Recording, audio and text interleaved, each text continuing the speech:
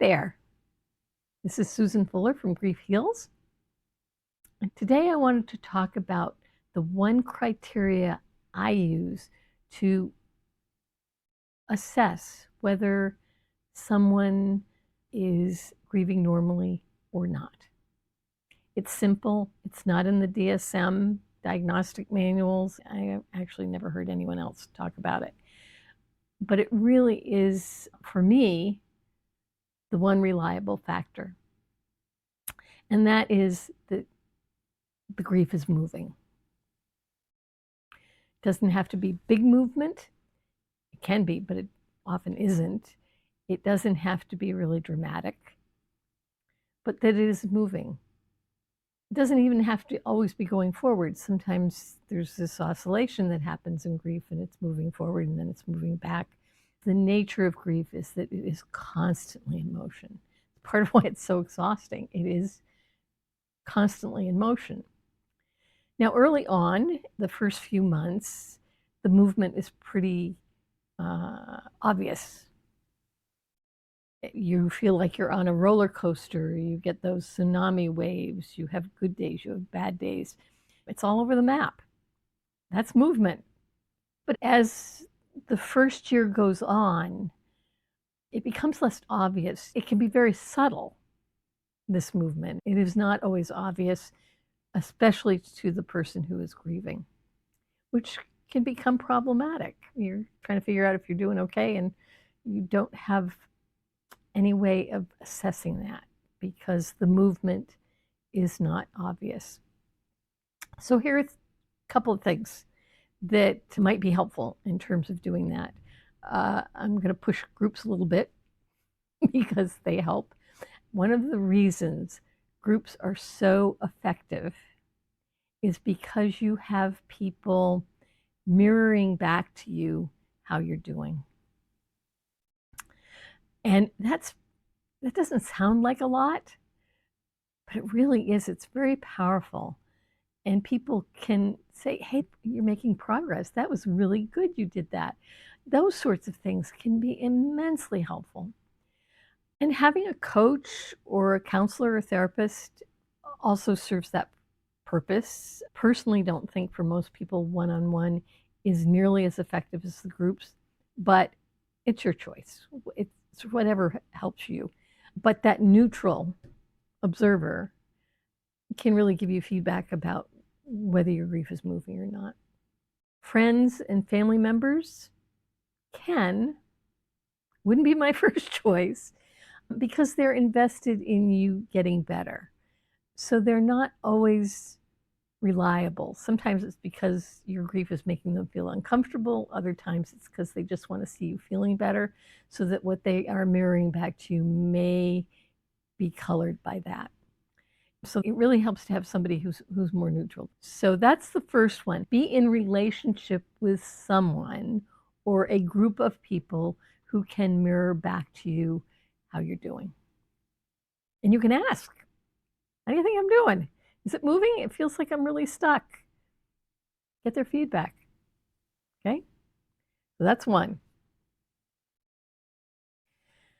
The other thing about groups that is amazingly effective is that groups have people coming in at different times. They're at different places in their grieving process.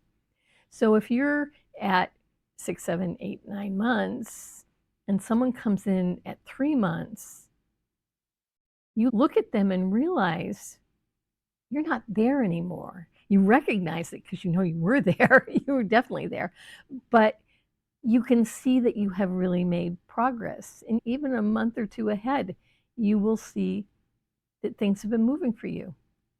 And in a way that you were not aware of. Again, because it's so subtle. And when you're in it, it just feels like you're in it. It's not changing. It feels so much the same that you don't always see the movement. So that's the other reason groups really are effective. And the third one is doing some sort of writing. I'm going to talk about writing first because that's what I talk about a lot. Groups are my number one go-to. Writing is my second go-to. Very, very effective. but if you are writing regularly about your grief and how you're feeling and how you're experiencing it and that sort of thing, and you're doing that regularly and you get a couple months down the line and you go back and reread that, you will see the ways it is changing. So that can be effective. I have clients who prefer that, and it has been very effective for them. If writing isn't your thing, recording a video or an audio can be very effective too. So you could do that even if you have your Zoom account, and you get a free Zoom account. You have 40 minutes to just talk. And you can record it and transcribe it and get a summary of it and keep it for reference. And then a few months down the line, you can go back and look at that. That's another way of doing it. That can be very helpful, especially if you can get a transcription so you can read it. But so those are the best means for evaluating where you are in the grieving process, how you're doing in the grieving process. It's not so much where you are, it's how you're doing.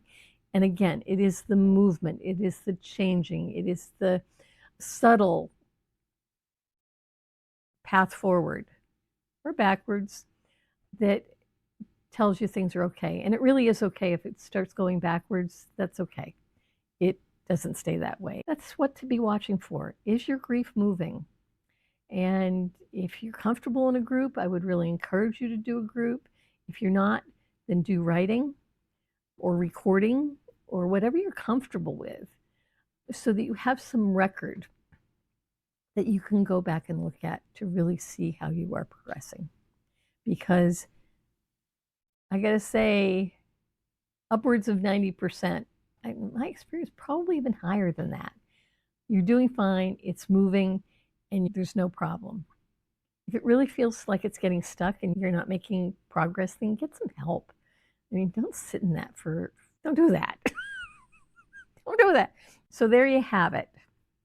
The key criteria is that your grief is moving, and you can assess it by being in a group and get feedback that you are in fact moving, either because that's what people are telling you or new people are coming in and you're realizing you're not there anymore. Very, very effective. The other is to do writing or videotaping or audio taping to see how you are, and better if you can get a transcript of those recordings so you can read them. I think it's hard to go back and look at those videos, but a transcript would do. So at any rate, there you have it. Links to the groups in the description, and I'll see you next time. Take care. Bye-bye. Hey, I just wanted to add this because I forgot to mention it.